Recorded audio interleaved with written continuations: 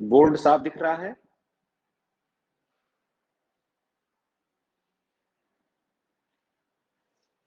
आवाज आ रही है बेटा?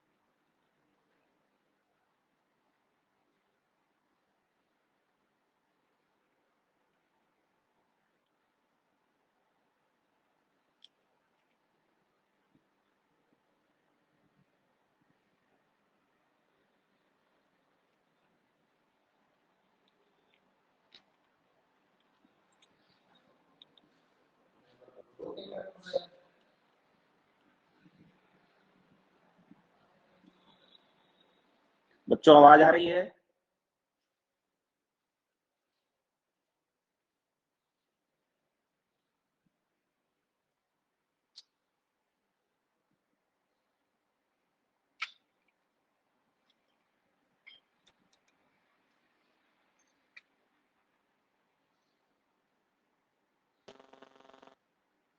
बेटा आवाज आ रही है? कोई बोले वहां से। ठीक ठीक बेटा, बस थोड़ा सा इसको ट्राइपॉड को सेट कर लें फिर शुरू करते हैं। क्लियर नहीं हो रहा है। हाँ बेटा अभी आ जाएगा क्लियर।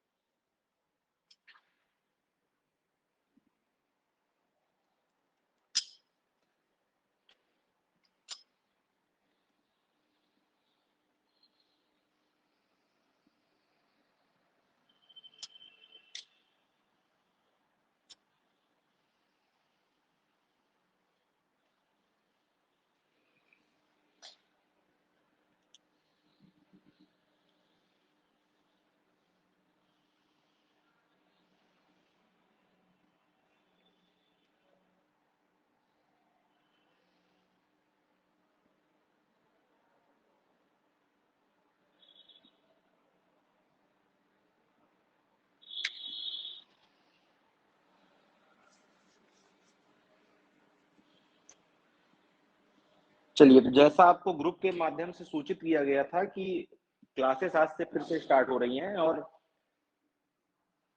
जब तक बोर्ड के एग्जाम चल रहे हैं 12-13 अप्रैल तक, तब तक क्लास इसी तरह ऑनलाइन चलेगी, और उसके बाद क्लास जो है ऑफलाइन चलने लगेगी फिर से, जिस तरह पहले चलती थी। ठीक, तो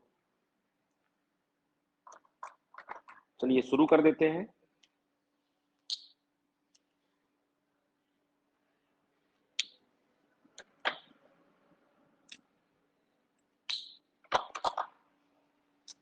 चलिए, तो एक बार फिर से आपका स्वागत है मुख्यमंत्री अभ्युदय योजना में।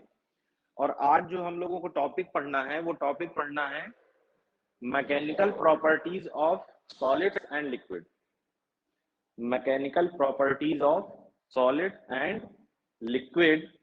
बोर्ड बेटा साफ हुआ या नहीं, ये बताएं, दिख रहा है या नहीं?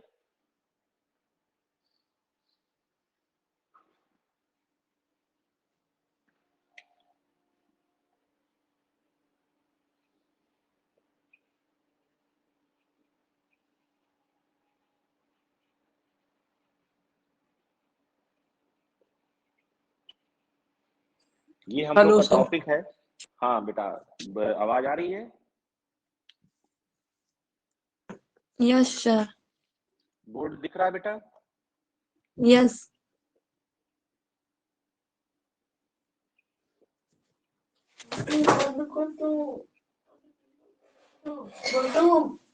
माइक को बेटा अपने बंद कर लें और तभी खोलें जब आपको कुछ पूछना हो।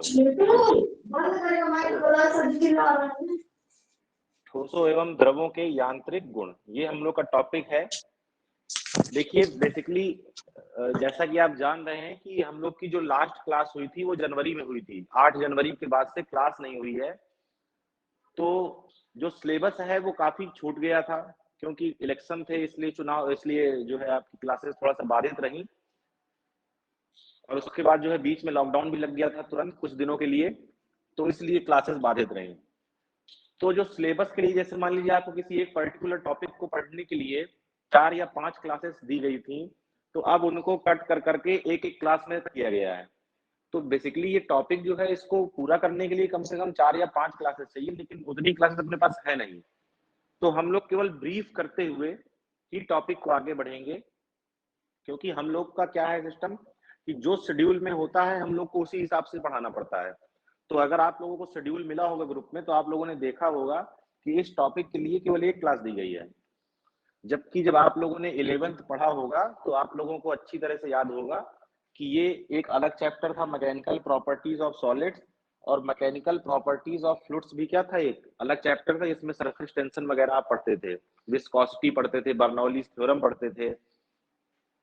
और मैकेनिकल प्रॉपर्टीज ऑफ सॉलिड्स में आप क्या पढ़ते थे, इलास्टिसिटी, प्रत्यास्था पढ़ते थे, यंग प्रत्यास्था गुणांक, यंग मॉडुलस पढ़ते थे, बल्क मॉडुलस, शियर मॉडुलस, इस तरह की चीजें हुआ करती थी। तो यहाँ पर क्या है, क्योंकि समय की हम लोग के पास थोड़ा कमी रहेगी, क्योंकि सीधी सी बात है 3 महीने का कोर्स जो छूटा हुआ है उसको हम लोग को मैनेज करना है। तो हम लोग केवल ब्रीफ करते हुए ही टॉपिक को चलेंगे। जैसे ही 2-4-6 क्लासों में पिछले के टॉपिक कवर हो जाएंगे, हम लोग नॉर्मल रूटीन पे आ जाएंगे, तब हम लोगों को हर टॉपिक के लिए पर्याप्त क्लासेस मिला करेंगी, और फिर हम लोग का शेड्यूल सामान्य रूप से चलने लगेगा। तो मे बी 13 या 14 से क्लासेस ऑफलाइन हो जाएंगी, और उसके बाद फिजिकल क्लासेस अटेंड करने के लिए आपको आना पड़ेगा। ये सुविधा भी आपको प्रदान की जाएगी कि यूट्यूब के माध्यम से हम लोग लाइव क्लासेस भी चला पाए। तो यूट्यूब से लाइव, जो लोग नहीं आ सकते हैं क्लास, किसी कारणवश दूर है बहुत ज्यादा, तो वो लोग ऑनलाइन सुविधा का लाभ लेते रहेंगे, लेकिन ऑफलाइन क्लासेस भी तब चलने लगेंगी। ठीक, तो देर बिना किए हम लोग शुरू कर देते हैं। तो पहला जो हम लोग को जानना है वो क्या जानना है, प्रत्यास्थता, यानी कि इलास्टिसिटी, यानी कि इलास्टिसिटी। तो क्या बच्चों कोई बताएगा आप में से प्रत्यास्थता या इलास्टिसिटी क्या है?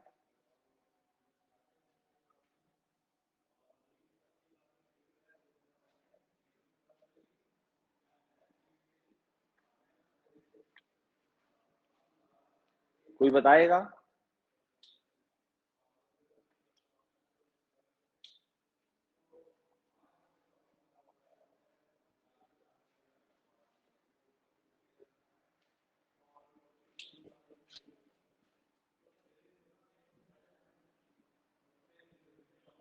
जीसान,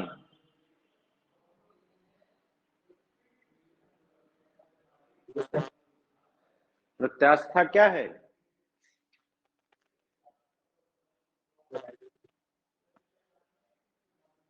हिंदी मीडियम से हैं आप लोग कि इंग्लिश मीडियम से?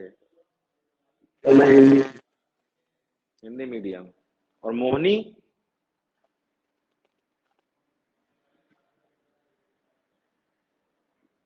हिंदी मीडियम से सर। तो आप लोगों ने पढ़ा तो होगा प्रत्यास्थता इलास्टिसिटी क्या है? जी सर। क्या है बताइए। इस समय आप लोग किस क्लास में हैं, क्या कर रहे हैं?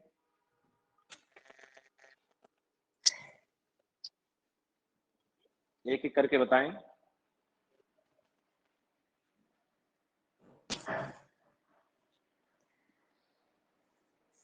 मेरा सर बीएससी कंप्लीट हो गया है। बीएससी कंप्लीट हो गया बायो से? जी सर। ठीक है। जीसान? सर मेरा ये बायो से प्रिपरेशन चल रहा था तो बंद कर दिया, ऑनलाइन ही चल रहा था बायो। बायजू से प्रिपरेशन चल रही थी? तो पढ़े कहाँ तक हो, कितना, 12th हो कि बीएससी हो, क्या हो? 12th के बाद ले लिया था। अच्छा, किस किस मतलब 12th किस ईयर में हुआ है तुम्हारा कंप्लीट? इसमें हुआ था सर, तो प्रमोट हुए थे तो फिर मैंने एग्जाम दिया था, तो इसके लिए रिवीजन से 21 नवंबर गया था। चलिए कोई रिवीजन बात नहीं हो नहीं। पाया। देखिए हम लोग का पहला टॉपिक क्या है, प्रत्यास्थता। प्रत्यास्थता क्या है? किसी पदार्थ का वह गुण, जी सर, जी मैम। हाँ। माइक बंद करिए। अरे यार,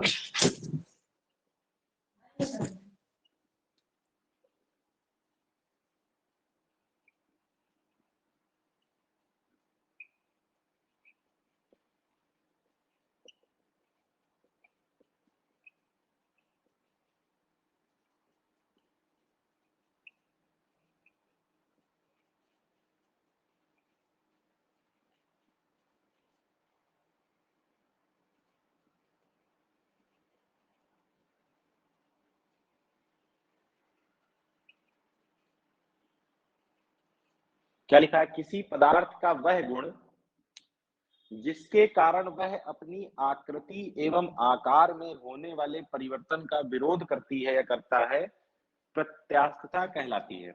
ये क्या है? किसी पदार्थ का गुण है। इसको दूसरे तरीके से भी बोल सकते हैं, क्या? किसी पदार्थ का वह गुण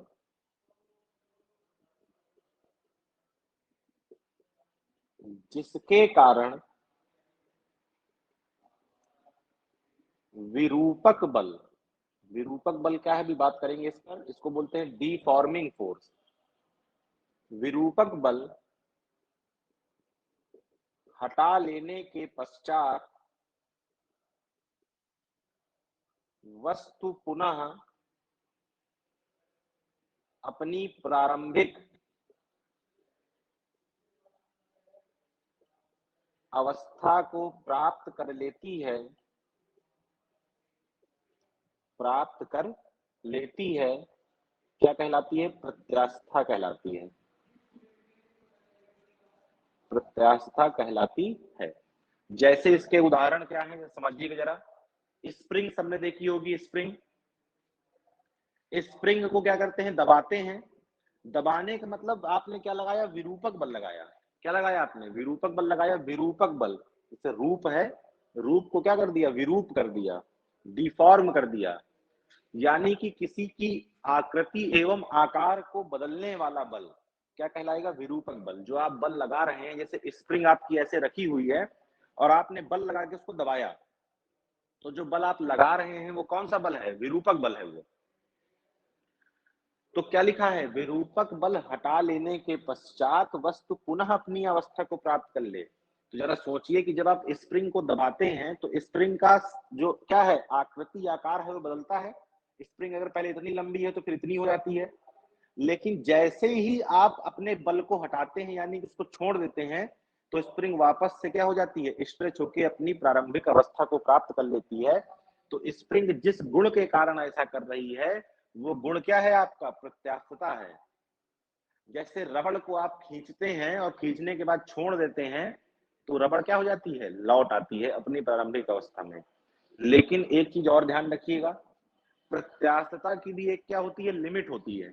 जैसे अगर आपको याद हो तो स्प्रिंग को खींचते हैं, छोड़ देते हैं, तो स्प्रिंग अपनी अवस्था में लौट आती है।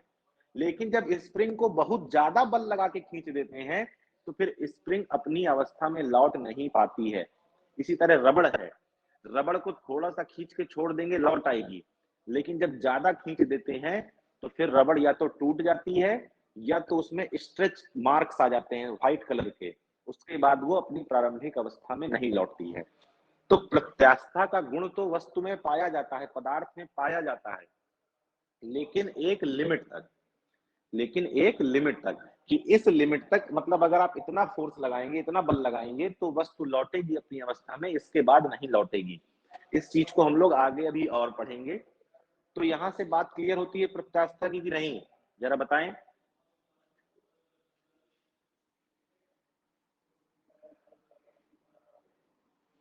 ठीक है ना?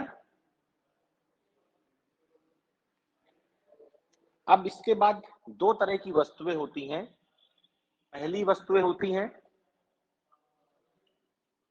पूर्णतया प्रत्यास्थ वस्तुएं। पूर्णतया प्रत्यास्थ वस्तुएं यानी कि परफेक्टली इलास्टिक बॉडीज।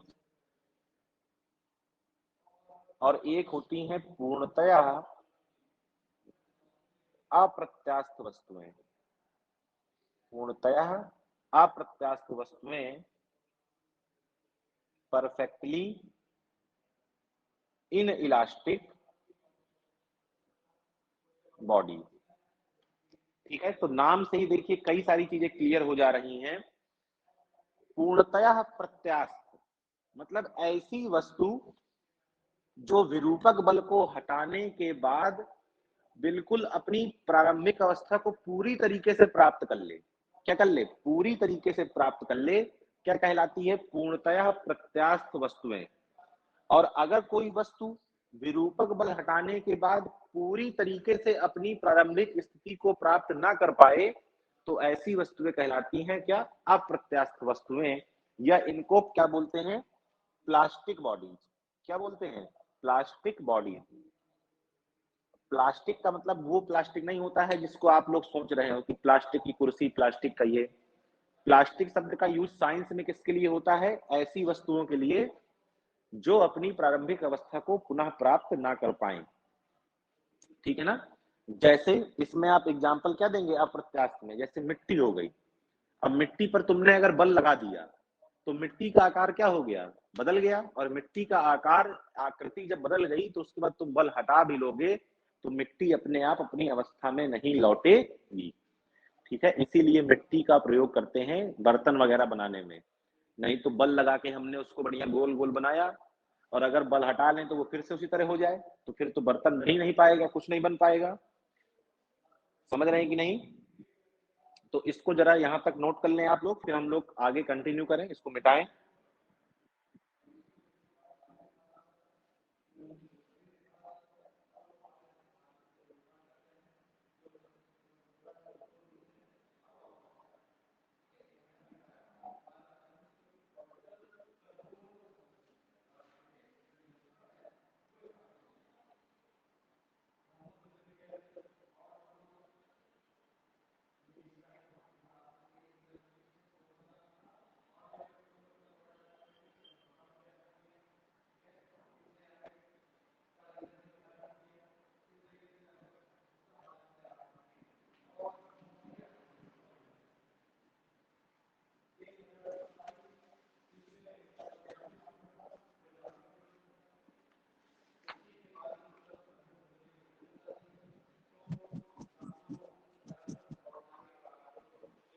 ठीक बेटा, आगे बढ़े। चलिए,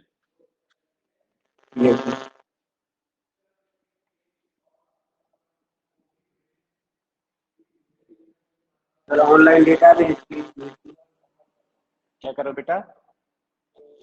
ऑनलाइन डेटाबेस ऑनलाइन फॉर्म।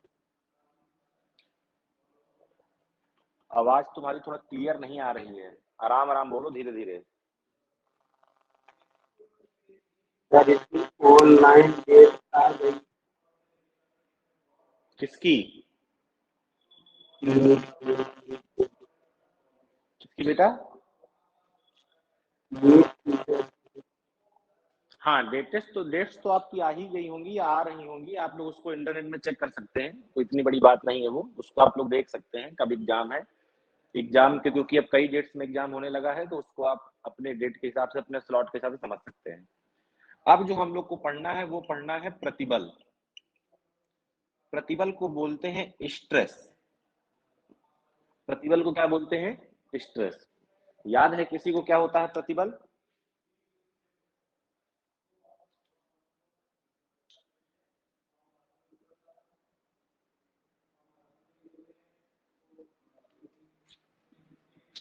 प्रतिबल क्या होता है, कोई बताएगा?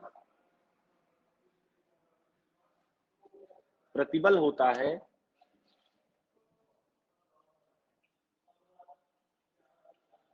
बल बटे क्षेत्रफल। बल बटे क्षेत्रफल। लेकिन ये कौन सा बल है? ये है प्रत्यानयन बल। इसको बोलते हैं रीस्टोरिंग फोर्स। Restoring force. और बटे क्या है आपका? क्षेत्रफल। यानी कि एफ रीस्टोरिंग बटे एरिया, यानी कि क्षेत्रफल। अब बात आती है कि ये प्रत्यानयन बल क्या है, ये रीस्टोरिंग फोर्स क्या है। तो देखिए, जैसे मान लीजिए ये कोई आपके पास स्प्रिंग है, इस पर आपने एक बल लगाया, कौन सा बल लगाया, डिफॉर्मिंग बल लगाया, डिफॉर्मिंग फोर्स लगाया, यानी कि आपने इसको पकड़ के कहां खींचा, नीचे की तरफ खींचा। तो जब आप इसको नीचे की तरफ खींचेंगे तो आपने प्रत्यास्थता की परिभाषा पढ़ी है कि प्रत्यास्थता किसी पदार्थ का ऐसा गुण है जो उसमें होने वाले परिवर्तन का विरोध करता है। तो जब आप यहां पर इसको नीचे खींच रहे होंगे तो ऊपर की तरफ एक बल इस स्प्रिंग की प्रत्यास्थता के कारण लगेगा, जिसको बोलते हैं क्या, रीस्टोरिंग फोर्स, जो चाहेगा कि बोलो।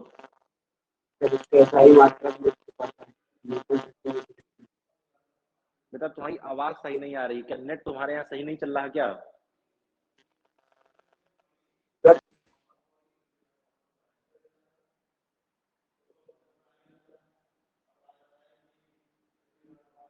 बोलो जिसान।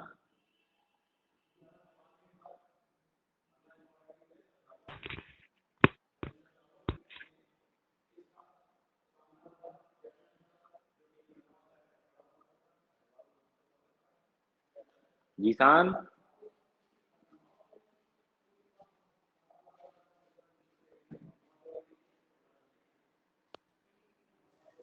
जी सर।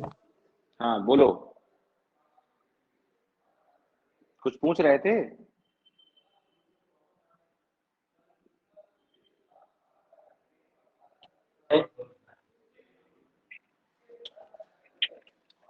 प्रतिबल तो का, प्रतिबल, स्ट्रेस का। हाँ, क्या मात्रक?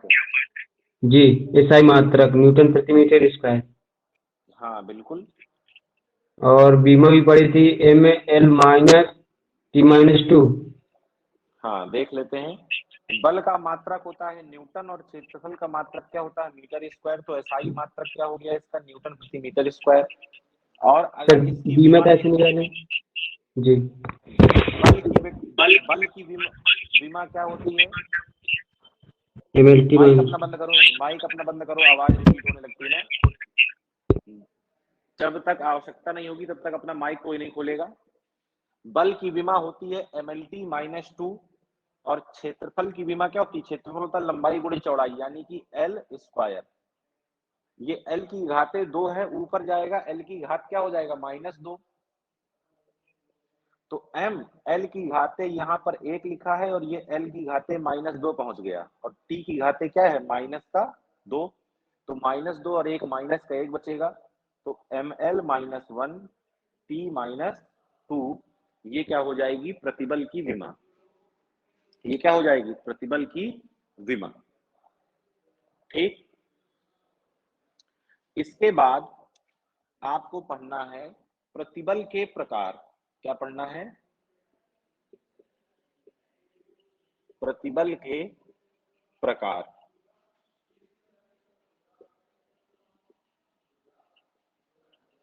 टाइप्स ऑफ स्ट्रेस, प्रतिबल के प्रकार, types of stress. Types of stress में क्या पढ़ेंगे, 3 प्रकार। प्रतिबल के प्रतिबल 3 प्रकार का होता है।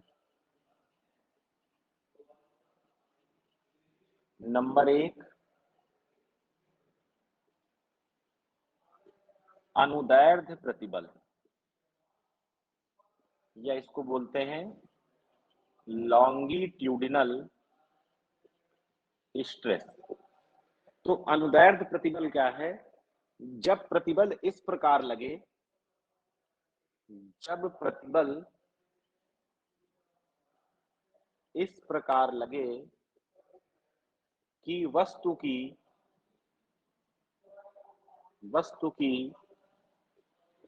लंबाई में परिवर्तन हो,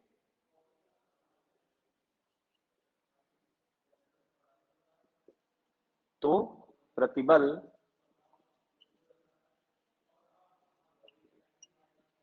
अनुदैर्ध्य प्रतिबल कहलाएगा। तो प्रतिबल क्या कहलाएगा, अनुदैर्ध्य प्रतिबल। ठीक। नंबर दूसरा याद है किसी को, क्या होता है,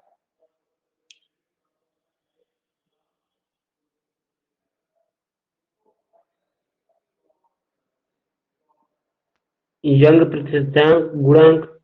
नहीं नहीं, वो तो तुम आगे पहुंच गए।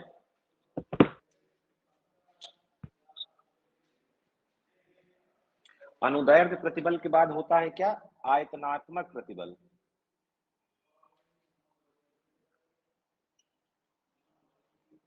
आयतनात्मक प्रतिबल यानी कि वॉल्यूम स्ट्रेस। क्या होता है? Volume stress. इसमें क्या कहेंगे? जब प्रतिबल इस प्रकार लगे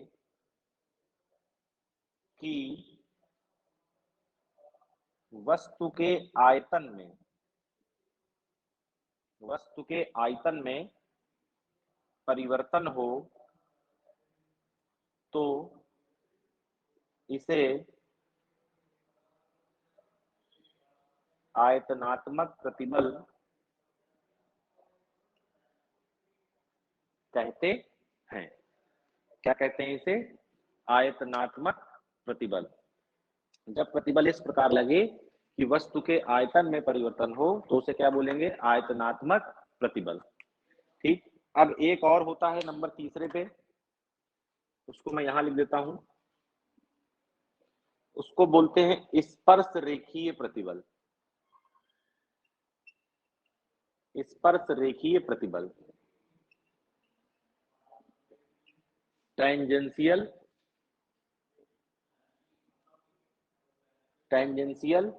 स्ट्रेस। एक बार लंबाई में परिवर्तन किया गया, एक बार आयतन में परिवर्तन किया गया। अब ये वाला जो प्रतिबल है, जब प्रतिबल इस प्रकार लगे कि वस्तु की आकृति में परिवर्तन हो जाए,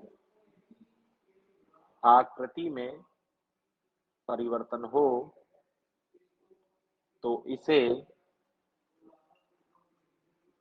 स्पर्श रेखीय प्रतिबल कहेंगे। क्या कहेंगे इसे? स्पर्श रेखीय प्रतिबल। इसको जितना लिखा है बोर्ड में, इसको आप लोग नोट करिए। तब तक मैं मार्कर में जरा इंक फिल कर लूं, उसके बाद हम लोग फिर से शुरू करते हैं।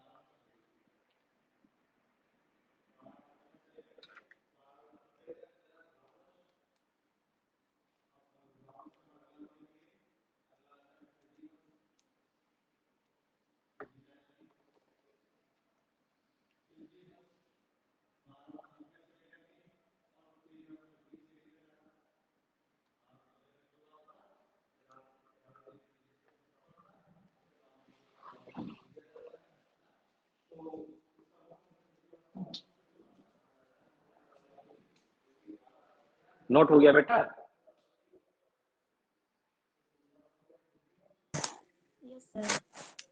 चलिए आगे बढ़ते हैं। जिस तरह हमने 3 तरह के प्रतिबल पढ़े हैं, इसी प्रकार जो है सीधी सी बात है, जब आप बल लगाएंगे तो उसके आकार आकृति में परिवर्तन आएगा। इस परिवर्तन को बोलते हैं विकृति। क्या बोलते हैं इसको? विकृति। तो जिस तरह 3 प्रकार के प्रतिबल हैं, उसी तरह 3 प्रकार की क्या है? विकृतियां हैं।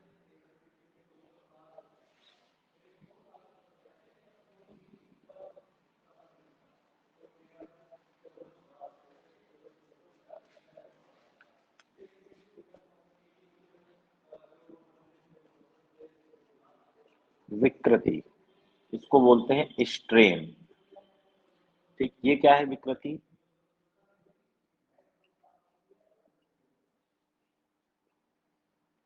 इसको बोलते हैं चेंज इन डायमेंशन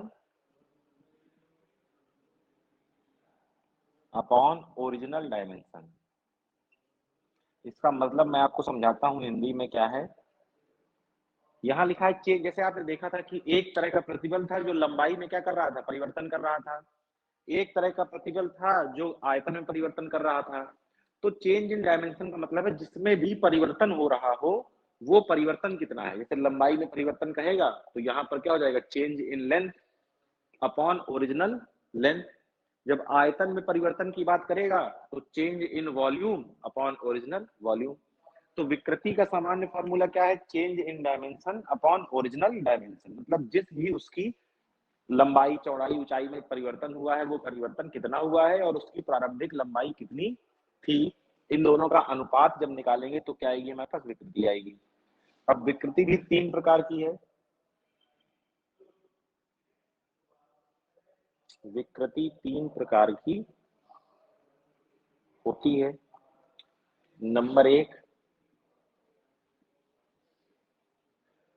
अनुदैर्ध्य विकृति। जिस तरह पहला प्रतिबल क्या था? अनुदैर्ध्य प्रतिबल। तो इस तरह विकृति क्या है? अनुदैर्ध्य विकृति। Longitudinal strain.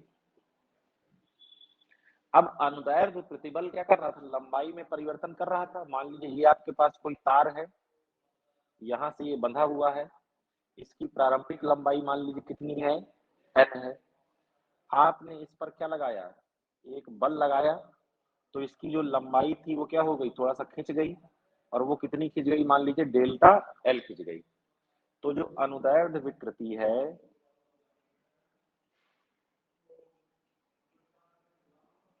वो किसके बराबर होगी? चेंज इन डायमेंशन, यानी कि लंबाई में कितना चेंज आया? तो चेंज आया डेल्टा एल का। और प्रारंभिक लंबाई कितनी थी? एल। कितनी थी? एल। क्या इसके पास कोई मात्रक होगा? नहीं। ऊपर भी लंबाई है, नीचे भी लंबाई है, तो इसके पास कोई भी मात्रक नहीं होगा। नहीं। क्या इसके पास कोई विमा होगी? नहीं होगी। नो सर, नहीं होगी। अब दूसरा वाला क्या हमने पढ़ा था? वहां पर था आयतनात्मक प्रतिबल। तो यहाँ पर क्या है? आयतनात्मक विकृति।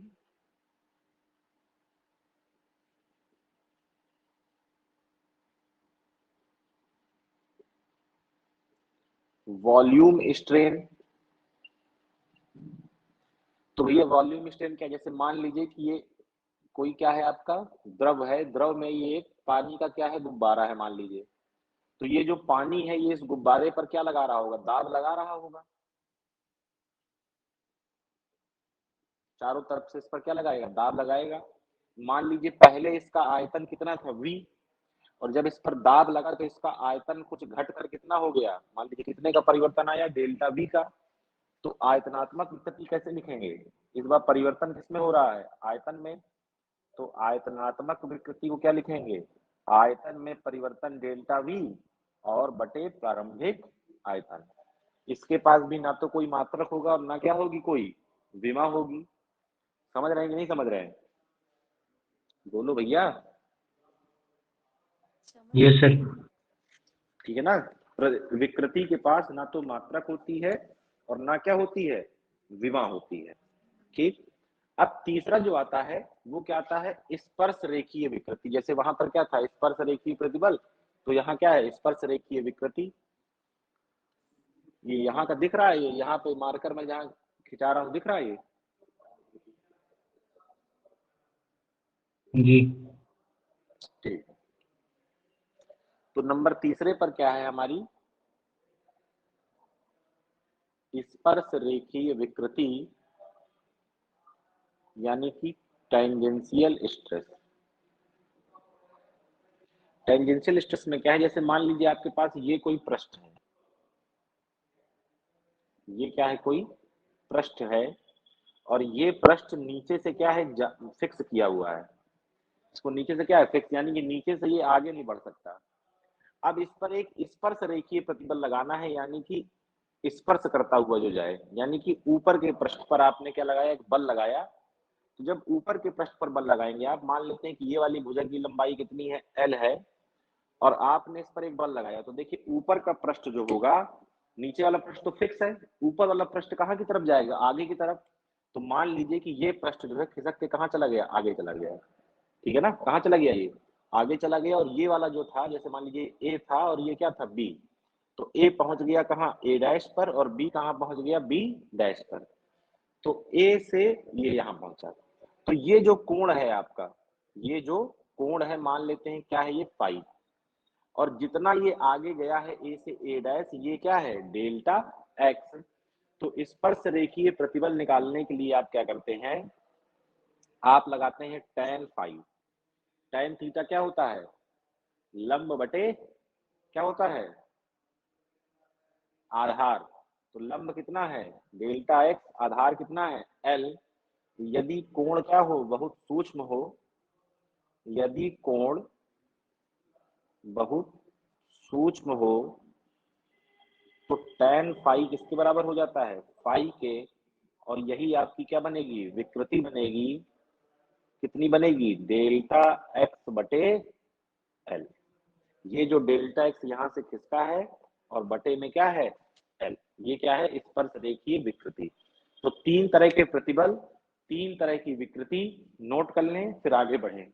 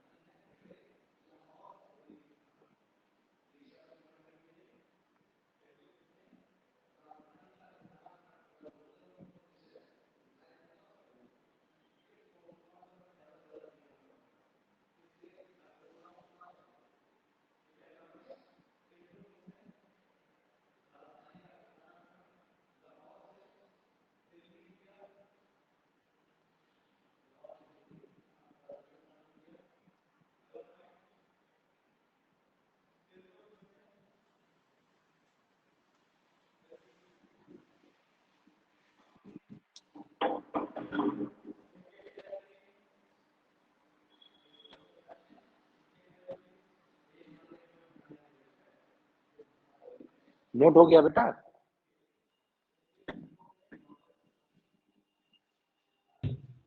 Yes sir. जी सर।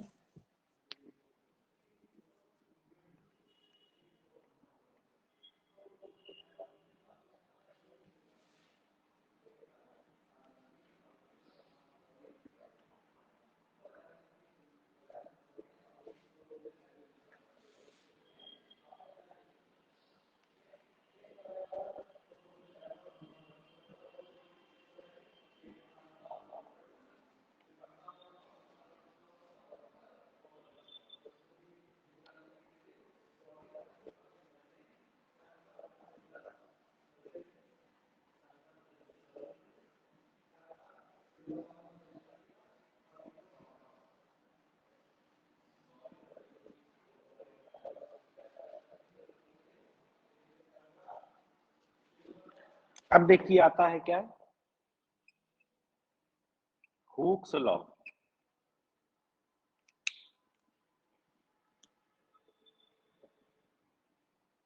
हुक का नियम। एक वैज्ञानिक थे जिनका नाम क्या था, रॉबर्ट हुक। उन्होंने एक नियम दिया, क्या नियम दिया कि अगर प्रत्यास्थता की सीमा के भीतर आप रहें, प्रत्यास्थता की सीमा के अंदर, प्रत्यास्थता की सीमा से मतलब समझ रहे हैं ना, कि वो लिमिट जहां तक अगर हम बल हटा लें तो वस्तु अपनी प्रारंभिक अवस्था को प्राप्त कर ले। तो प्रत्यास्थता की सीमा के भीतर जो प्रतिबल होता है वो समानुपाती होता है किसके, विकृति के। प्रतिबल समानुपाती किसके होता है, विकृति के। अगर समानुपाती का चिन्ह हटाते हैं तो एक नियतांक लगाना पड़ता है, और वो नियतांक होता है ई। क्या होता है वो नियतांक, ई। गुणे में क्या लिखा है, विकृति। तो यहां से ई बराबर क्या आ जाएगा, प्रतिबल बटे विकृति। विकृति। और इस ई को क्या बोलते हैं, प्रत्यास्थता गुणांक।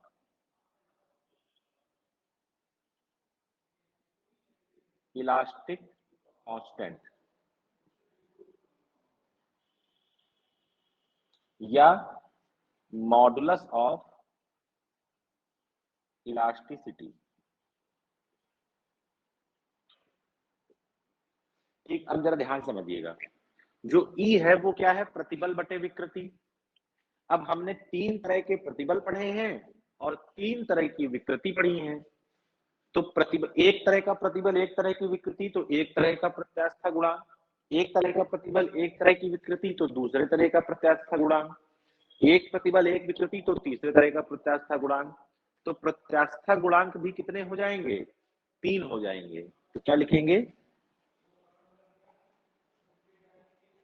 प्रत्यास्था गुणांक तीन प्रकार के होते हैं। नंबर पहले क्या बोलते हैं, यंग प्रत्यास्था गुणांक।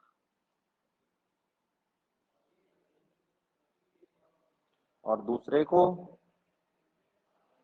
आयतनात्मक प्रत्यास्था गुणांक यानी कि बल्क मॉडुलस। और तीसरे को क्या बोलते हैं, दृढ़ता गुणांक।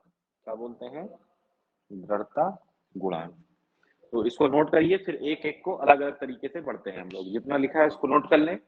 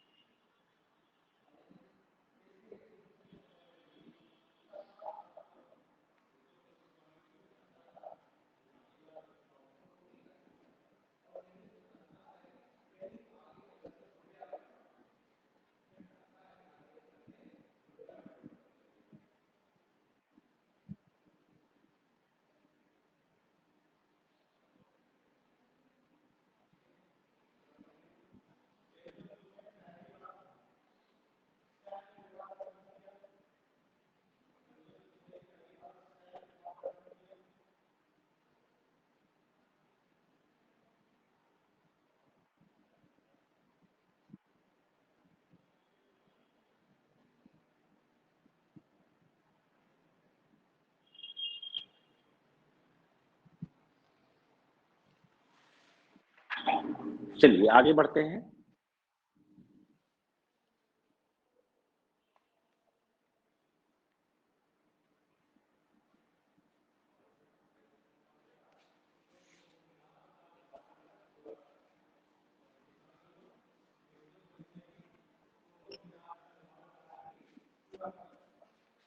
तो अब नंबर 1 पे क्या पढ़ना है हम लोगों को? यंग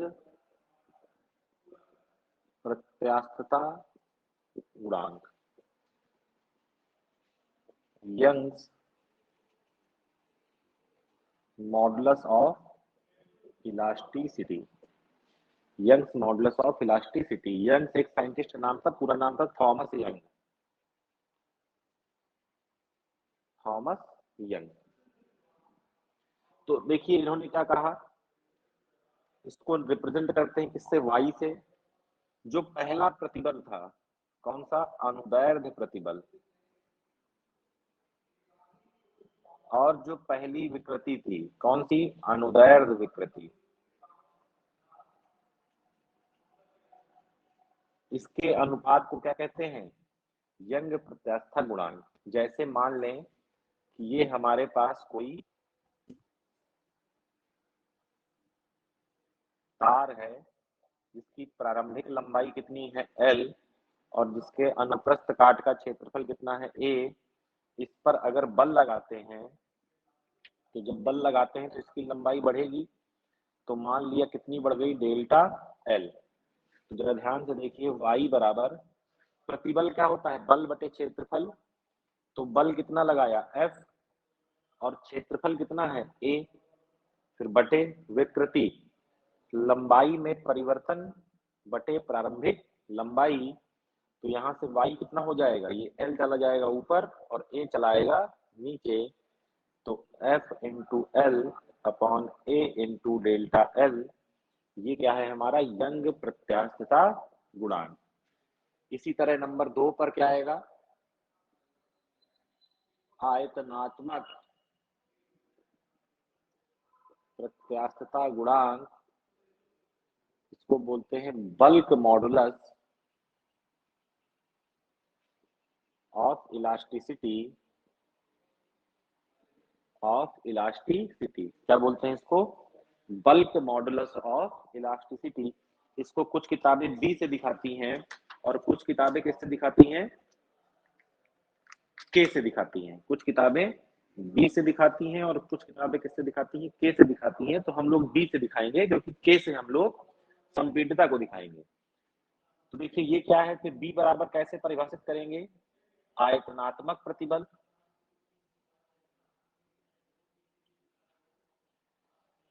बटे आयतनात्मक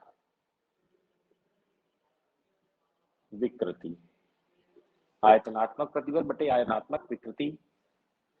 तो आयतनात्मक प्रतिबल क्या होता है? दाब, क्योंकि आयतन में परिवर्तन कौन लाएगा? दाब लाएगा। और आयतनात्मक विकृति डेल्टा वी बटे वी। तो बी बराबर आ जाता है पीवी बटे डेल्टा वी। एक यहाँ पर माइनस लगाया जाता है, वो माइनस इसलिए लगाया जाता है क्योंकि जो P और डेल्टा V है, या P जो V है, इन दोनों का जो व्यवहार है वो एक दूसरे की क्या है? विपरीत है। जैसे देखिए यहाँ क्या लिखा है? दाब इंटू आयतन। तो दोनों का व्यवहार अलग इसलिए है कि अगर आपने दाब को बढ़ाया, तो जैसे ही आप दाब को बढ़ाएंगे तो आयतन घटने लगेगा। तो जब एक राशि के बढ़ाने पर एक राशि घटती है, तो इसको हम लोग बैलेंस करने के लिए आगे क्या लगा देते हैं? एक माइनस लगा देते हैं। तो ये क्या हो गया आपका? आयतनात्मक प्रत्यास्था गुणांक। और फिर नंबर तीसरे पर आता है क्या? दृढ़ता गुणांक। इसको बोलते हैं मॉडुलस ऑफ रिजिडिटी। इसको दिखाते हैं ईटा से, और ईटा क्या होगा? स्पर्श रेखीय प्रतिबल बटे स्पर्श रेखीय विकृति। तो स्पर्श रेखीय प्रतिबल, प्रतिबल माने बल बटे क्षेत्रफल, और विकृति क्या आई थी? फाई। तो क्या हो जाएगा ये? एफ बटे ए फाई, या फाई का मान रख देंगे तो फाई का मान कितना था? डेल्टा एक्स बटे एल।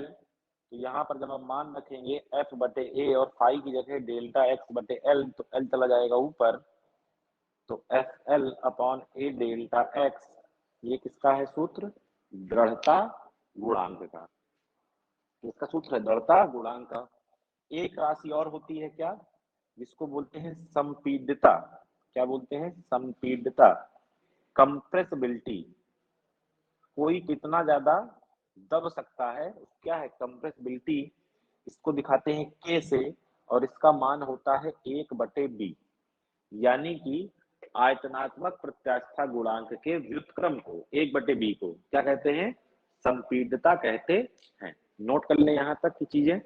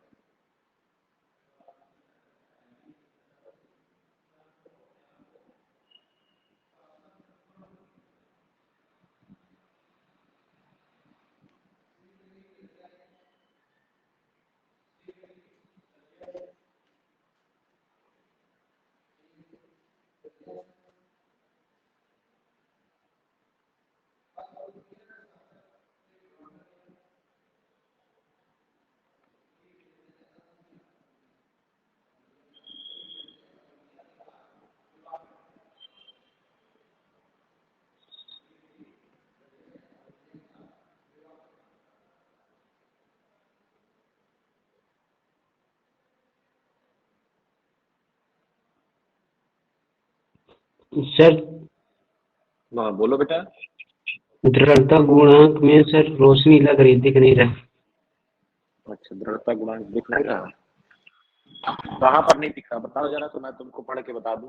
वो न्यू के नीचे, हेडिंग के नीचे, यहाँ से यहीं से। हाँ, इसमें लिखा है ईटा ईटा बराबर स्पर्श रेखीय प्रतिबल बटे स्पर्श रेखीय विकृति।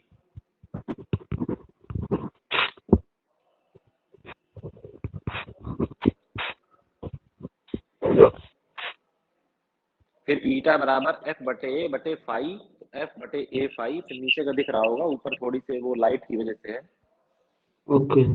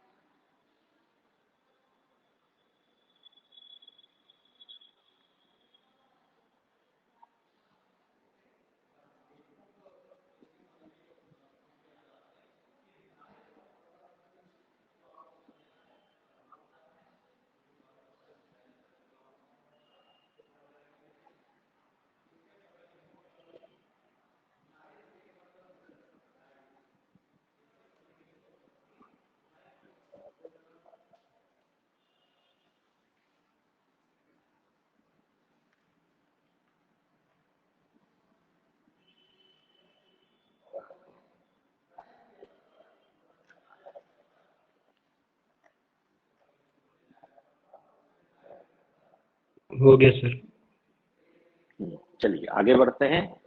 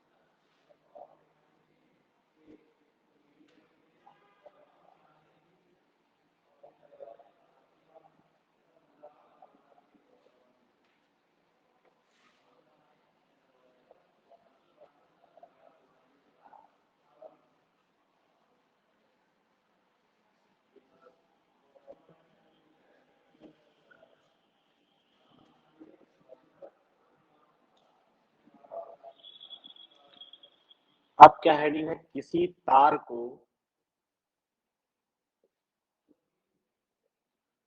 खींचने में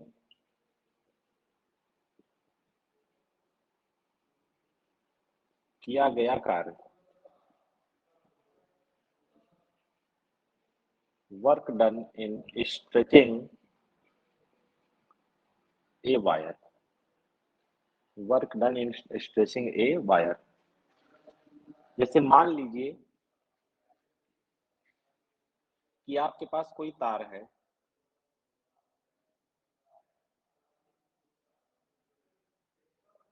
जिसकी लंबाई कितनी है L और जिसका क्षेत्रफल कितना है A। ठीक है, आपको इसकी लंबाई को ये L है लंबाई पहले से,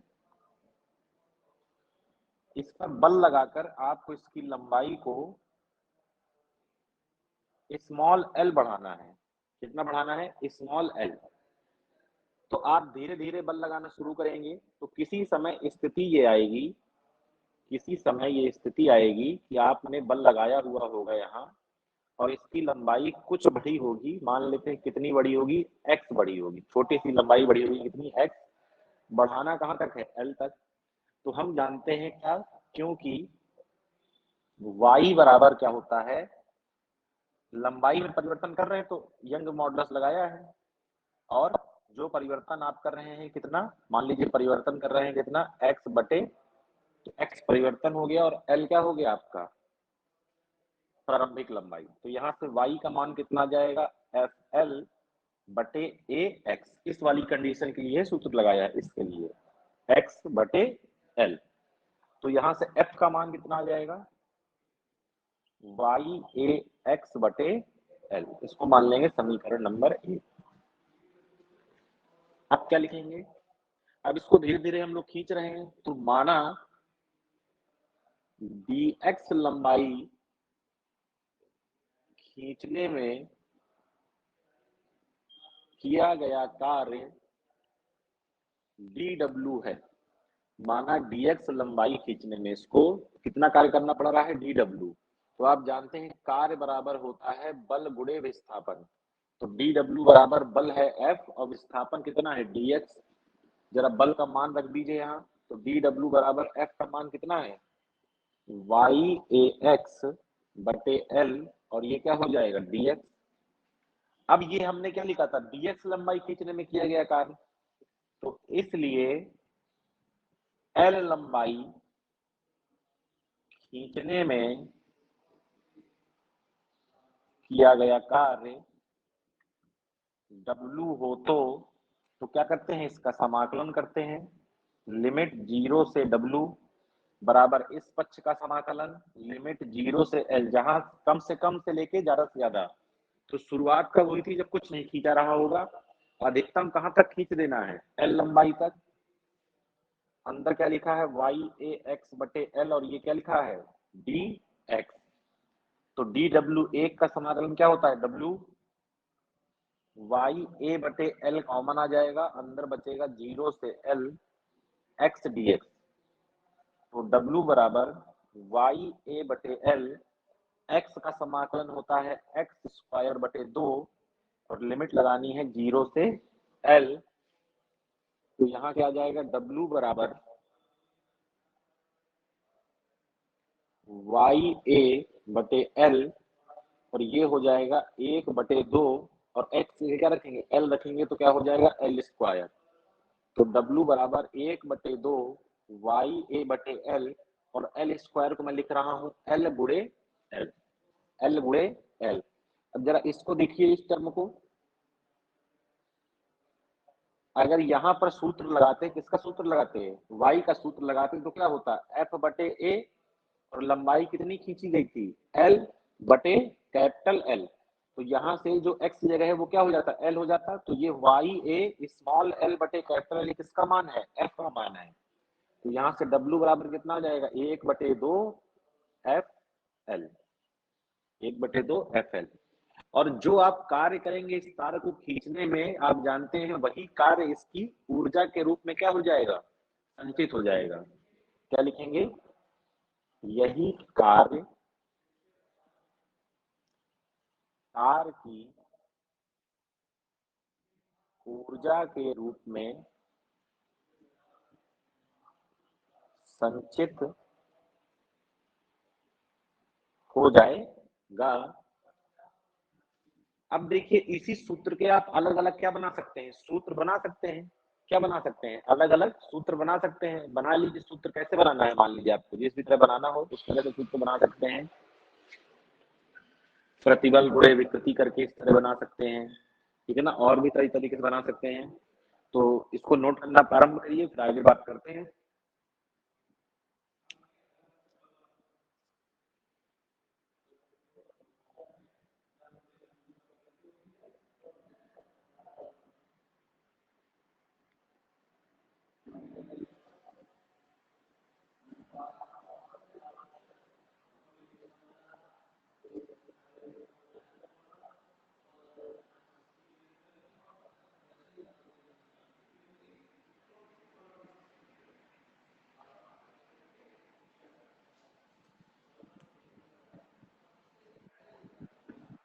जैसे एक सूत्र तो आपको यहीं से समझ में आ रहा होगा।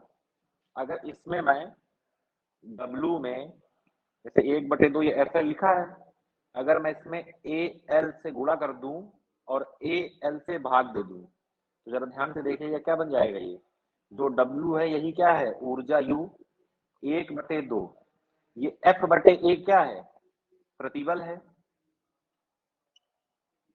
ये स्मॉल l बटे कैपिटल L क्या है, विकृति है,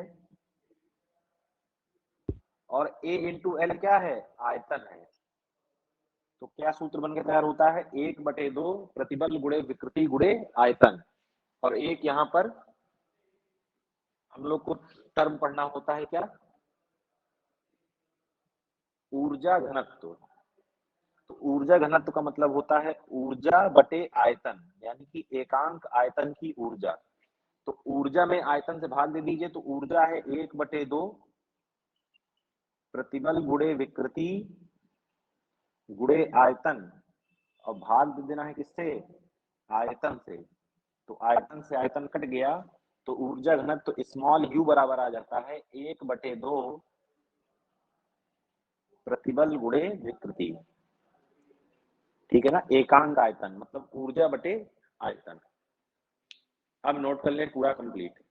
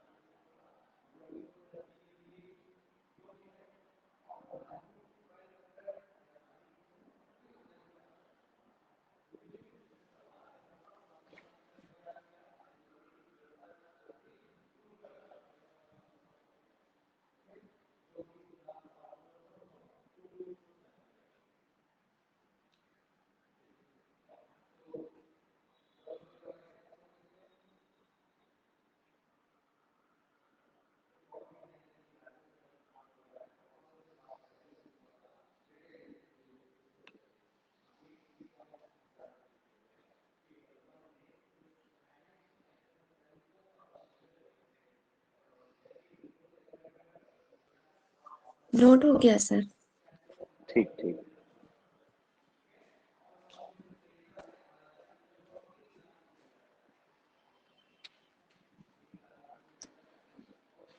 ठीक, सर, देखिए 1 मिनट। आज आप, हाँ ठीक ठीक, नोट कर लो।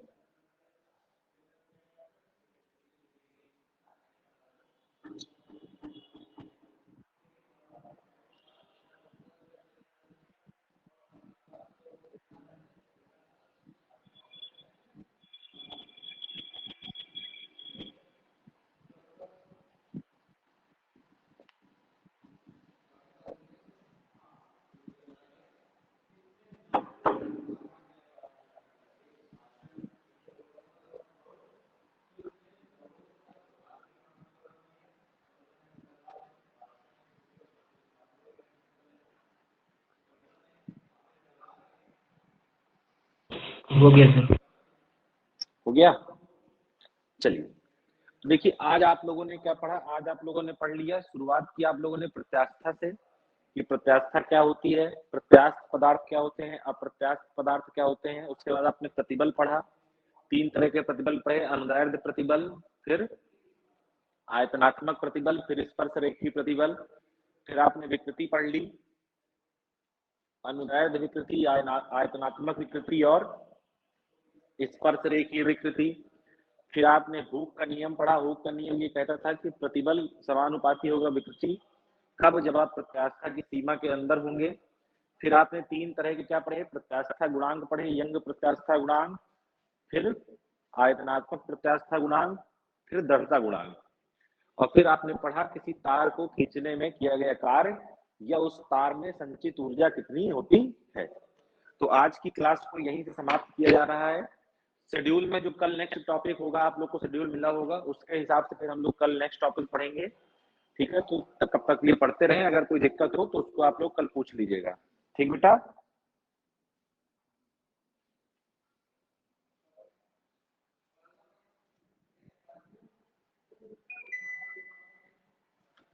कोई दिक्कत? No sir. चलिए मिलते हैं फिर कल।